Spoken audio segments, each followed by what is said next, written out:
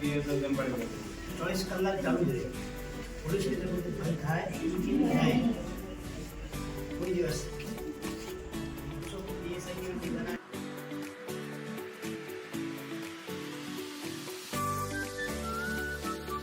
બાજુમાં તાલુકા પંચાયત ઓફિસ છે. જે તાલુકા પંચાયતનું મુખ્ય વડા છે એ તાલુકા પંચાયત વહીવટ કરે છે એ તાલુકા પંચાયત. દાખલા તરીકે કર્મચારીના પગાર, દાખલા કર્મચારી રિટાયર થતાનું પેન્શન, પછી કોઈ પણ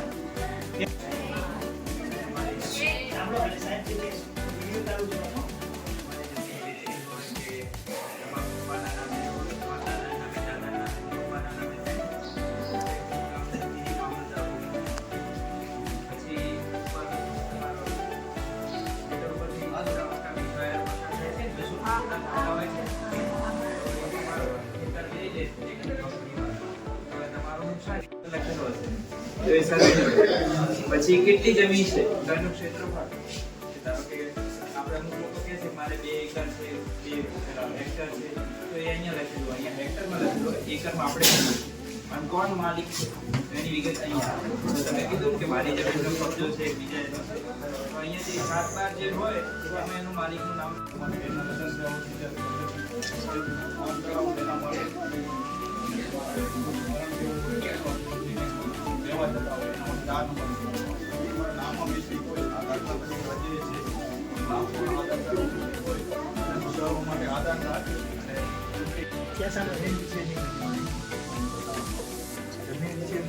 તમારો ખાતા નંબર કેટલો હોય, સર્વે નંબર કેટલો હોય, જમીન અંદર કોનું નામ ચાલે, તમામ વસ્તુ બતાવતું હોય.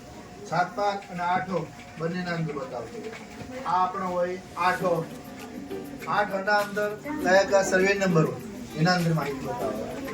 અને 7/12 હોય, 7/12 ના અંદર કોનું નામ ચાલે, 7/12 ના અંદર આપણા ખાતા નંબર કયો હોય, સર્વે નંબર કેટલો હોય, સર્વે નંબરના અંદર તો આપણું જમીનનું ક્ષેત્રફળ કેટલું હોય એ અંદર બતાવો.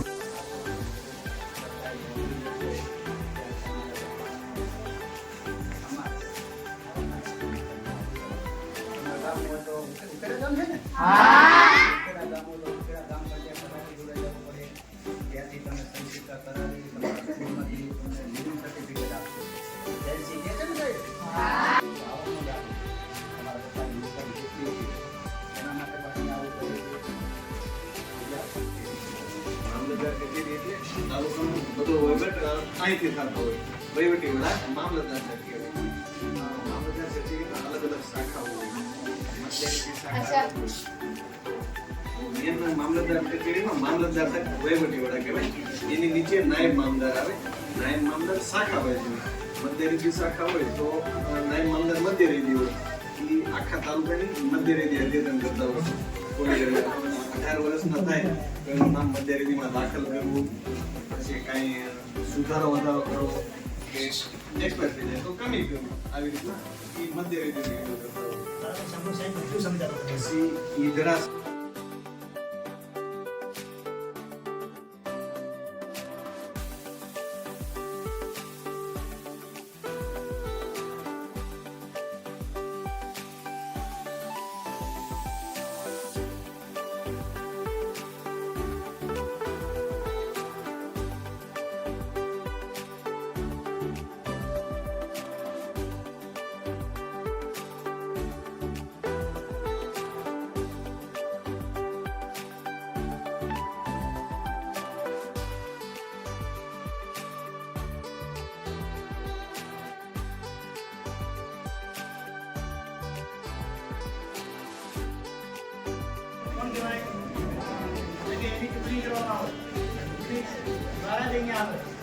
પાછળ જેવું કોનું છે, અત્યારે જો અત્યારનું છે ત્યાં અધિકારી હોય.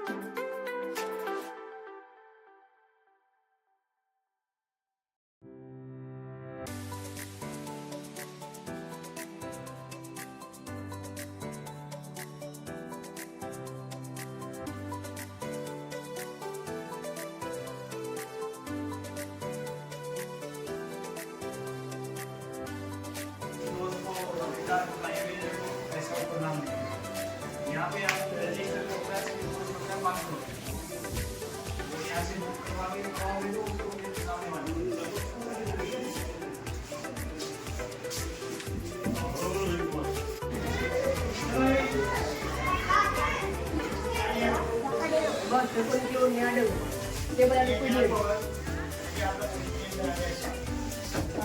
બરાબર? કોશિશની અંદર શું કામગીરી થાય? કોશિશમાં આપણે શું શું કરી શકીએ?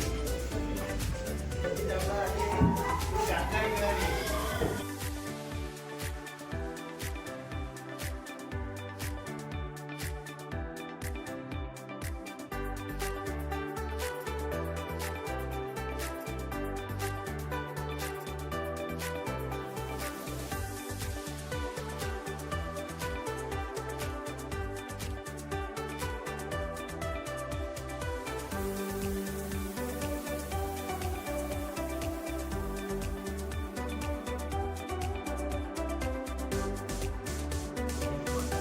પૈસા ઉપાડવા જેવી તમારો પોતાનો